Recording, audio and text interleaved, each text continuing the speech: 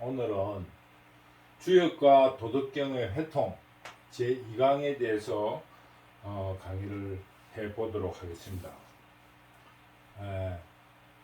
도가도, 비상도, 명가명, 비상명, 무, 명, 천지지시오, 유, 명, 만물지모라, 고로, 고로, 상무욕, 이관기묘, 상유욕, 이관기요, 차양자, 동출리, 이명이라, 동이지현, 현지우현,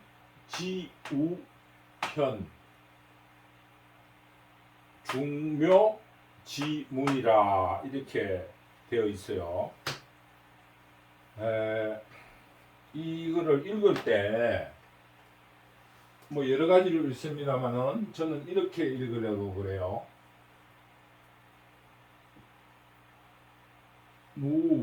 무란, 유란 이렇게 읽어보도록 하겠습니다. 해석을 하면은 가도라는 게 가도라는 데 있어가지고 문제가 있어. 가라는 뜻은 족하다, 가능하다, 100%는 아니에요. 이게 100%가 아니고 가능하다는 뜻이에요. 가능하다. 도라고 할 수 있는 것은 도다. 즉 도가 아니고 도라고 할 수 있는 모든 것을 도라 할 수 있다. 도라고 할 수 있는 모든 것은 도라 할 수 있다. 이렇게 해석을 저는 하고 싶고요. 다른 사람들은 여러 가지로 해석하는데 저는 그래서 가능성, 도라고 말할 수 있는, 그래서 최진석 교수가 쓴 도덕경에서는 이 가도 혹은 가명을 사람이 보는 인도라고 이야기를 했어요. 인도. 즉 인도라고 했어요. 인도. 뭐 저는 그게 학자로서 천도가 아니라는 거죠. 천도가 아닌 인도. 천도가 아닌 인도다 이런 뜻이에요. 그러니 사람이 보는 도는 뭐 우리가 말하는 절대적인 도가 아니다 이런 뜻으로 해석을 하는데 뭐 제 해석도 거의 비슷하게 되는 것 같은데 도라고 할 수 있는 한 90% 정도의 생각하는 이 도는 절대도가 아닌 거예요. 비상도라. 늘 같은 도가 아니다. 저는 이래서 도라고 가라는 데 액센트가 있습니다. 도라고 할 수 있는 정도의 도는 그 똑같은 도가 아니에요. 도라는 게. 뭐 이렇게 해석하면 좀 해석이 그래서 저는 여기에서 뭐 여러 가지로 해석을 하는데 가에 중점을 두면은 이 해석에 큰 문제가 없다 이렇게 봅니다. 명가명이라 이름을 지어진 모든 이름은 비상명이라. 예를 들어서 우리가 이야기를 할 때 이것은 돌이다 이렇게 이야기를 합시다. 돌석. 근데 이 돌이라는 게 흙일 수도 있고 돌일 수도 있는데 이름을 지을 때 돌 같다 이런 뜻이에요. 그러니 이 명가명 이름 지어줄 수 있는 모든 그 이름은 그 비상명이라. 똑같은 이름이 될 수가 없는 거 아니겠습니까? 저는 여기서 가에다가 액센트를 두고 있습니다. 근데 최진석 교수는 사람들이 이름을 짓고 사람들이 도라고 이야기한다. 뭐 이렇게 해석을 하는데 뜻은 비슷하지 않나 이런 생각이 들어요. 그래서 저는 이 글자의 가에다가 액센트를 두고 있습니다. 그래서 이름을 지었는데 이름 그 자체에는 그 다양한 그 의미를 가지고 있습니다. 그런데 명이라고 하는 거는 여기서 이름이라고 해석을 해야 되겠지만은 저는 그걸 이름이라고 해석하기보다는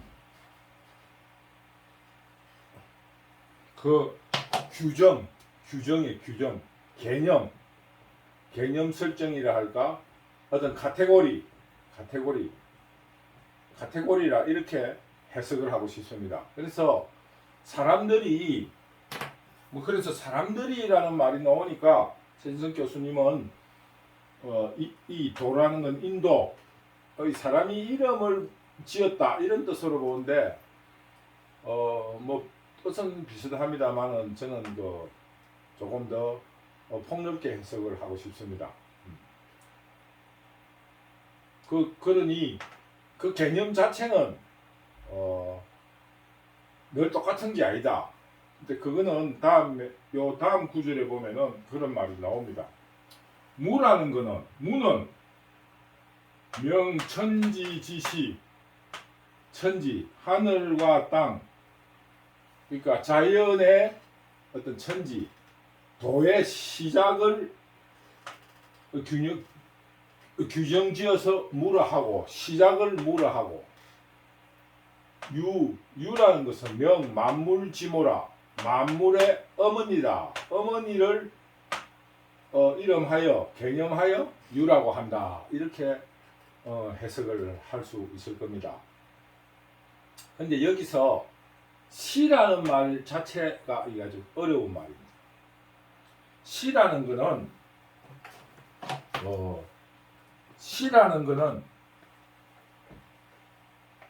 제로가 아닙니다. 완전 제로라고. 제로이기는 한데 제로 0인데 0이긴 0인데 현재로는 0이에요. 그러나 그 속에 꿈틀꿈틀하는 것이 있을 때 드러나지 않았지만은 어떤 시작 단계, 간단하게 말하면은 남녀 간에 사랑이 있다. 사랑이 있는데 남자 여자가 길에 그냥 지나갈 적에는 사랑이라 할 수 없잖아요. 사랑이라고 할 수 없는데 남자 여자가 서로 보게 됐다든가, 남자 여자가 꼭 아니라도 남자가 여자를 보았다든가 여자가 남자를 보았다든가 아니면 같이 보았을 때 하는 그 어떤 느낌, 이런 느낌이 왔을 때를 시작이라 하는 거예요. 하는데 그때 그 마음이 큰지 시라는 게 시작의 시라는 겁니다. 그러니까 주역에서는 그거를 무극이라 그럽니다. 무극 상태, 무극이라는. 그건 없는데, 지극함은 없는데 그게 뭔가 확 일어나는 상태, 그거를 시작이라고 한다. 이렇게 볼 수 있을 겁니다. 예를 들어서 번개가 친다. 하늘의 플러스와 땅의 마이너스가 일렬로 딱 서로 마주치게 되는 그 순간이 바로 시예요. 그래서 이게 출발을 해서 스파크가 딱 치실 때 이게 번개가 되는 거예요. 그때를 여기서 출발해 가지고 딱 부딪힐 때 그때가 유입니다. 그러니까 유라는 것은 그 만물의 지모라, 그 본이라는 거예요. 그 만물의 본이라는 거예요. 본. 거기서부터 요 딱 부딪힐 때 그때 번개가 생긴 거지 않습니까? 딱 부딪힐 때. 그러니까 무와 유는 찰나이니까 그 서로 순간 0.001초에 유와 무가 같이 이렇게 있는 거예요. 유와 무가 이렇게 있는 거야. 이렇게 시작되는 거야. 이렇게 유와 무가 시작되는 겁니다. 그러니까 시와 무는 동시에 일어난다고 볼 수 있어요. 동시. 그러니까 무와 유는 조금 해석이 됐죠. 동시에요. 유와 무는 보는 순간 아니면 플러스 마이너스가 일렬로 되는 순간 행동이 일어나고 번개라는 게 생기는 거예요. 번개가 여기서 생기는 거예요. 모든 만물이라는 게 유예요. 만물이 바로 유입니다. 유. 번개도 있고 천둥도 있고 수많은 만물들의 그걸 유라 하는 거예요. 그래서 유라는 거는 어떤 의미에서 보면은 유라는 건 뭐예요? 유라는 거는 있다라는 유라는 게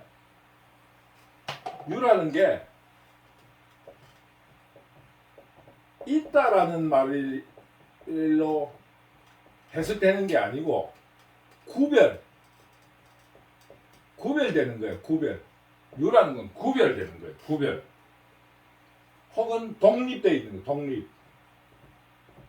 쉽게 말하면은 동물이라는 거는 다른 것과 구별되는 다른 비아, 쉽게 말하면 비아, 나 이외의 모든 것과 구별된 것을 유라 하는 거 아니겠습니까? 존재라는 거는.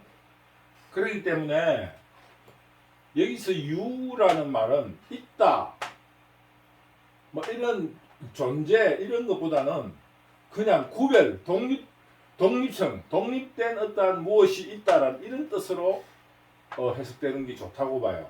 그러니까 구별되는 거. 무라는 거는 그러니까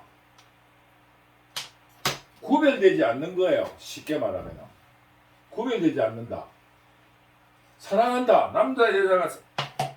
남자 여자가 있어요. 그걸 유라기보다 남자 여자가 길을 지나갈 적에 아무 없이 지나가면은 이거는 무도 아니고 무도 아니고 유도 아닙니다. 무도 아니고 유도 아니고 이때 서로가 탁 부딪히는 그 순간 그때가 무예요. 무에서 이 개체와 관계가 생겨서 사랑이 생기는 거야. 그때 유라고 하는 거예요. 돌도 흙이 뭉쳐서 예를 들면 흙이라든가 화산재가 마그마가 이렇게 확 쏟아져 나올 때에는 그냥 돌이 아닌 거예요. 그래서 어떠한 덩어리가 독립돼서 구별되어서 굳었을 때 그때 돌인 거예요. 그러니까 유라는 거는 안개처럼 확 갇혀 있는 그런 거, 혹은 동식물이 막 섞여 있을 때 이거는 그 개념을 설정할 수가 없는 거예요. 그래서 동물이라면은 식물과 구별된 어떤 특징을 가진 개념을 가진 그를 유라고 한다. 그래서 무와 유는 동시적이면서 유라는 것은 그것이 구별된 상태, 독립된 상태를 유라고 한다. 이렇게 유를 해석해 줬으면 좋겠습니다. 그래서 사람들이 유라는 건 있다 이렇게 해석을 하는데 노자 도덕경의 유라는 것을 있다로 해석하면은 그 글이 굉장히 어려워집니다. 그러니까 하여튼 구별되어진 거, 개체가 독립된 어떤 존재 이런 의미를 가지고 있다고 볼 수 있습니다. 그러므로 상무, 무라는 것은 늘 묘한 거를 여기니까 하고 싶다. 관으로서 하고 싶어. 그러니까 이 무라는 거는 묘한 거를 보이는 거예요. 묘함. 그게 무라는 거는 개체의 구별이 없는 상태예요. 안개처럼 묘한 거예요. 그러니까 이 무라는 거는 그 구별이 안 돼 있는 상태. 사랑인지 뭔지 모르지만 팍 온 거. 천둥이 플러스 마이너스가 이게 어떻게 될지 모르지만 팍 이렇게 서로 일렬로 딱 서게 된 상황. 이게 여기에 어떤 무엇이 있을지 무언가를 모르는 상태예요. 그래서 무라는 거는 그 묘한 그것만, 그러니까 사랑한 적에도 처음 딱 봤을 적에는 처음 뭐 어떤 청소년기에 이쁜 여자를 봤다든가 할 때 무언가 모르지만 가슴이 울렁거리고 이런 묘함이 있는 거. 그래서 묘라 하는 거예요. 그래서 무라는 거는 구별되지 않는 상태. 이렇게 보는 게 좋을 것 같아요. 유는 뭐냐? 요라는 거는, 요라 하는 거는 어떤 경계, 이런 경계를 딱 지어진 거예요. 경계. 이게 요라는 게 여러 가지 뜻으로 해석이 되는데, 본래 본 뜻은 순찰하다, 순행하다, 관찰하다 뭐 이런 뜻이에요.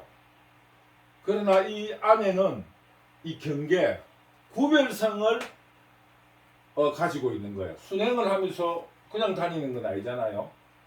적이 온다든지 아닌다든지, 이게 보통 이게 순찰하다, 순행하다 뜻인데, 어역을 하면은 이 경계, 구별을 짓는다 이런 뜻이에요. 그래서 유라는 거는 아까 말한 대로 그 경계를 보이고 싶어 하는 거예요. 보이고. 그런데 양자는 이것도 저는 이렇게 해석할 거, 이렇게 하고 이렇게 붙이죠. 양자는 같다 이거예요. 같다. 유와 무와 같다. 이렇게 해석해도 되고, 왕피는 시와 모가 같다고. 시와 모를 같은 걸로 보더라고. 도와 명이라고 할 수 있는데, 그러나 이건 유와 무가 있는 거니까 유와 무를, 양자는 같다는 거예요. 유와 무는. 제가 말씀드렸다시피 유와 무는 동시에 일어나는 거니까 같은 거예요. 같은 건데, 그것이 표출됨으로써 나온다라기보다는 저는 출을 드러나다로 해석하고 싶어요. 드러나서는 이름이 달라지는 거잖아요. 왜냐? 무라는 거는 그냥 그 혼돈 상태예요. 그 뭔가는 모르지만 있는 거야. 무언가는 있는데 그 뭔가는 모르는 상태, 구별이 안 된 상태,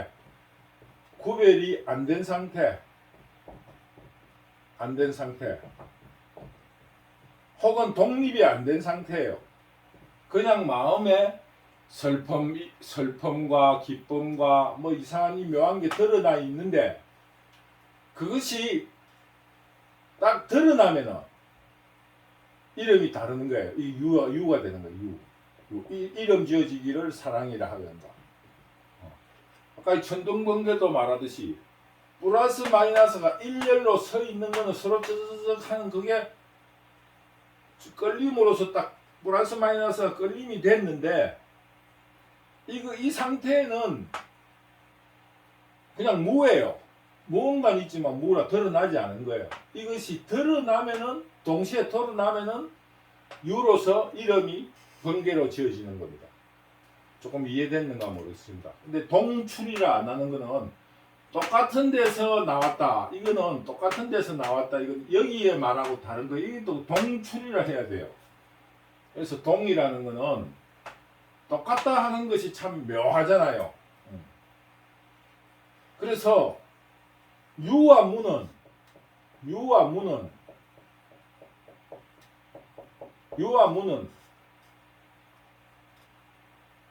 같은 거예요. 근데 드러나면은 이름이 다른 거예요. 이게 여기서 꺼져버리면은, 여기서 그만둬 버렸다. 그럼 유가 없는 거 아니겠습니까?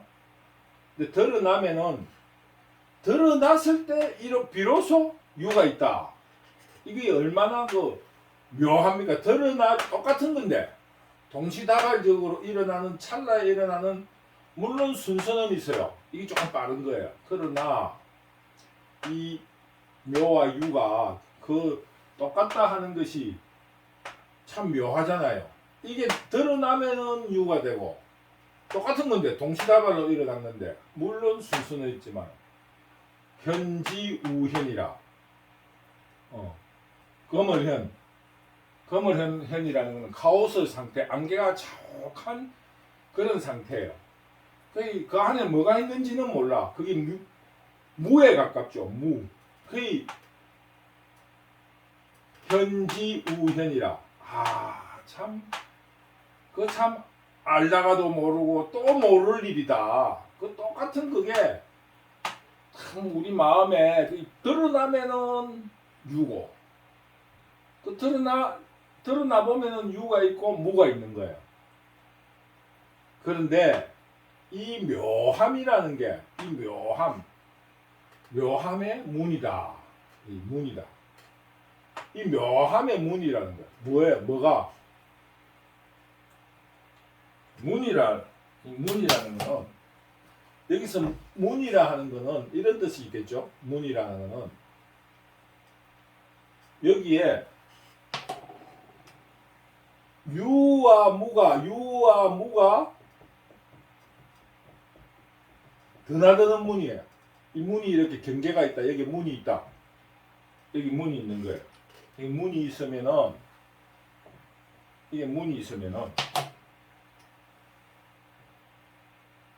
나오면은 유, 안 나오면은 여기서 막히면은 이거는 무예요. 이거는 유예요.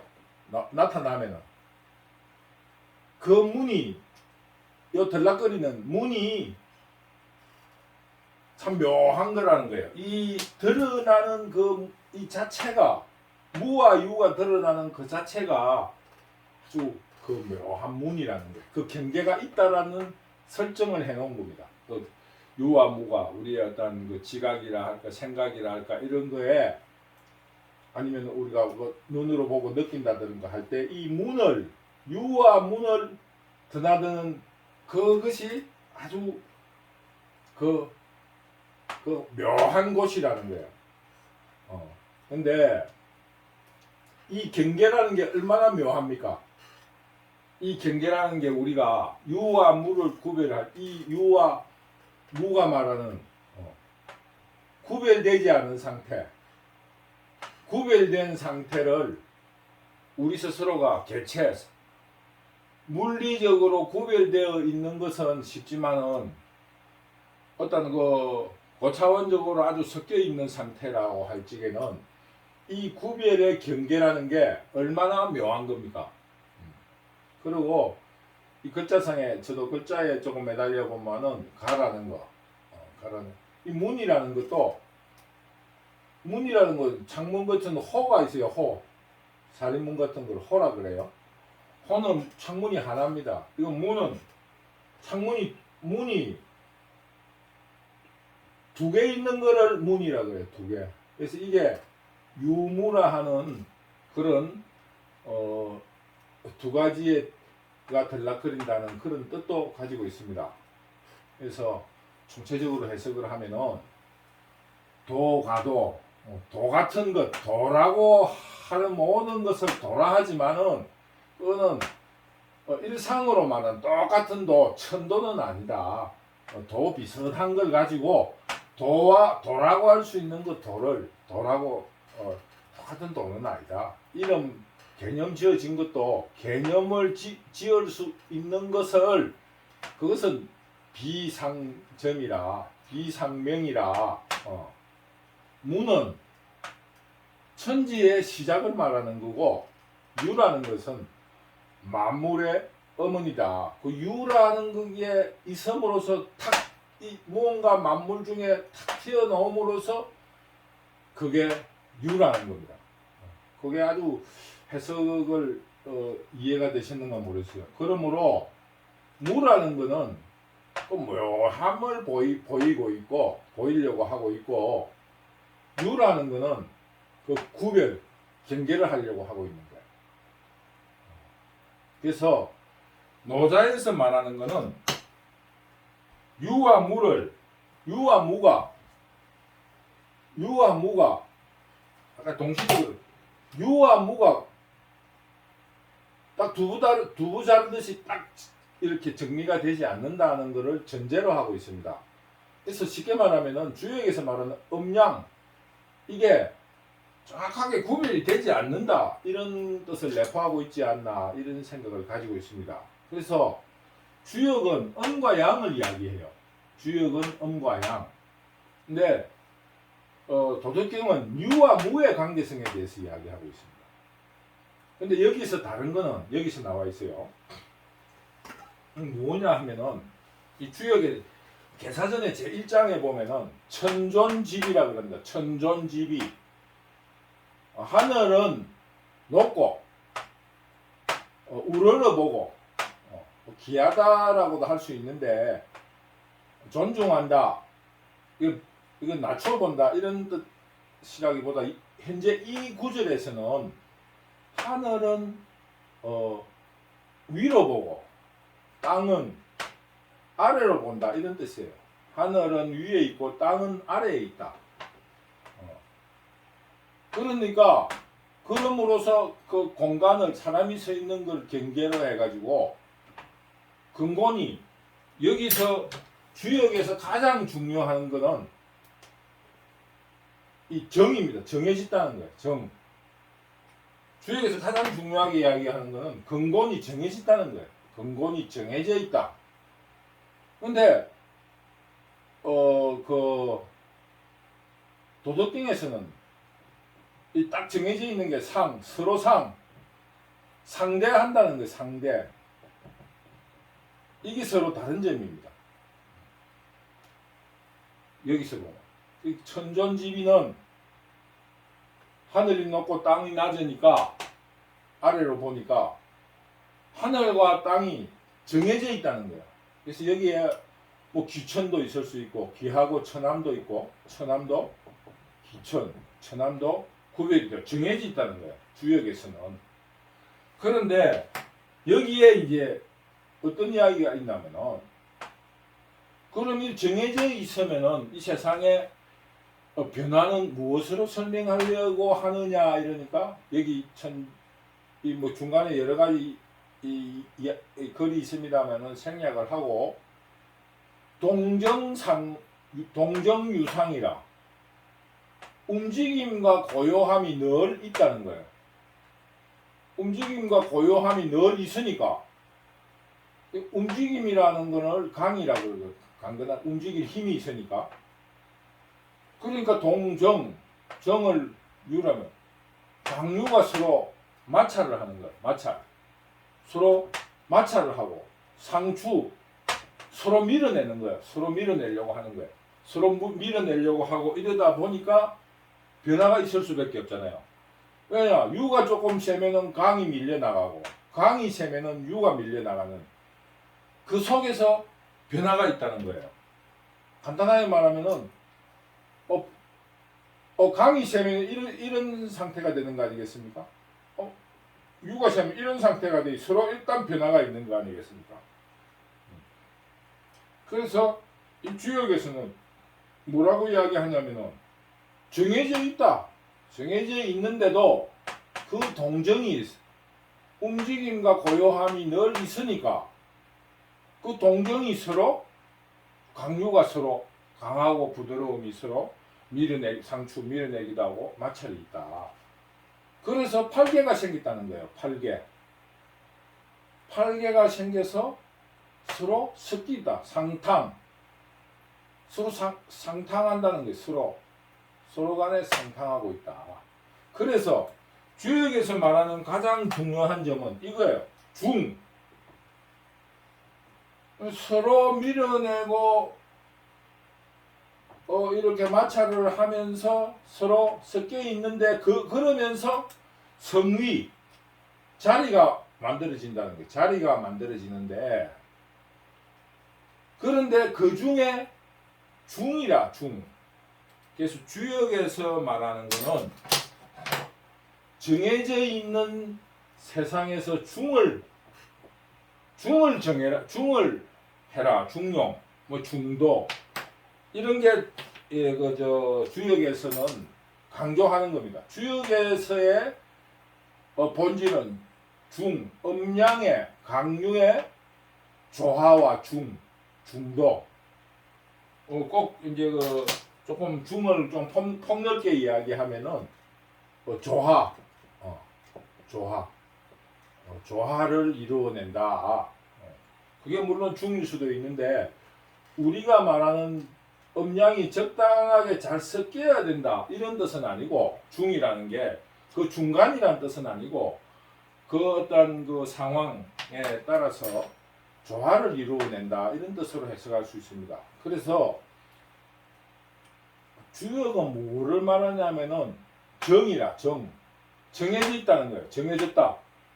음양이 정해지고 하늘과 땅이 정해지고 높고 낮은 뭐 위치가 정해지고 귀하고 처남이 있다고 합니다. 그것의 중도를 찾아내는 그런 거를 주역이라 할 수 있습니다. 제가 여기 말하자면 회통이라는 말은 가지라 할나 가지라 할까요? 회통이라는 말은 가지나 지엽, 잎과 가지는 다른 거예요. 잎과 가지는 다른데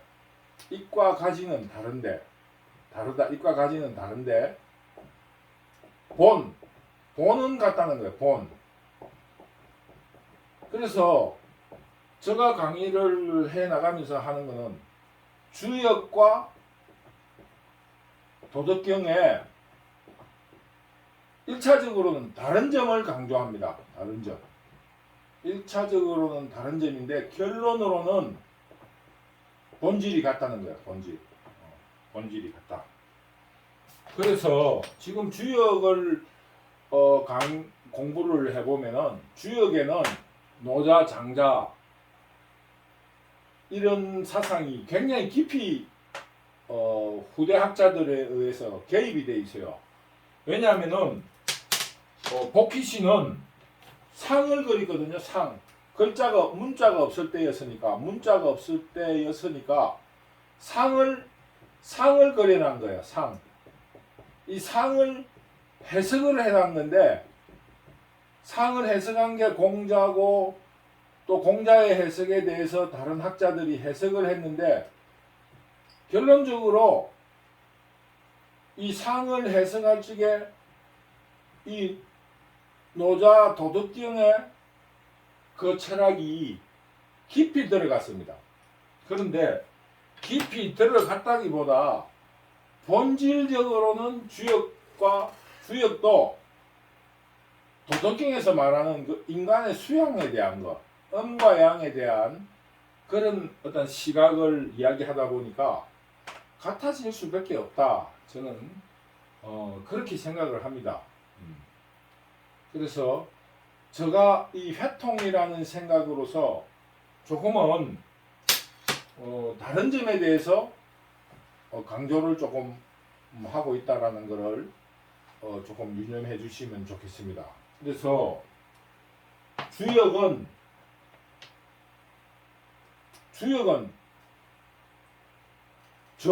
정해졌다는 거예요.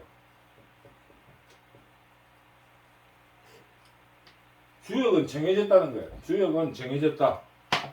주역은 정해져 있다. 근데 그것을 서로 강류가 상마하고 또 강류가 상추하여 그것을 변화를 일으켜낸다는 거예요. 여기에요. 이게 여기에요. 이 정해진 것이 변한다는 거예요. 근데 도덕경은 뭐라 이야기하느냐? 정해진 것 자체가 서로 상대적이라서 상이라는 게 유와 무가 본래는 같다는 거예요. 같은 거다. 유와 무가 같다는 거에서부터 이 주역과 도덕경의 차이점을 보이고 있습니다. 차이점. 그런데 결론적으로 뭐냐?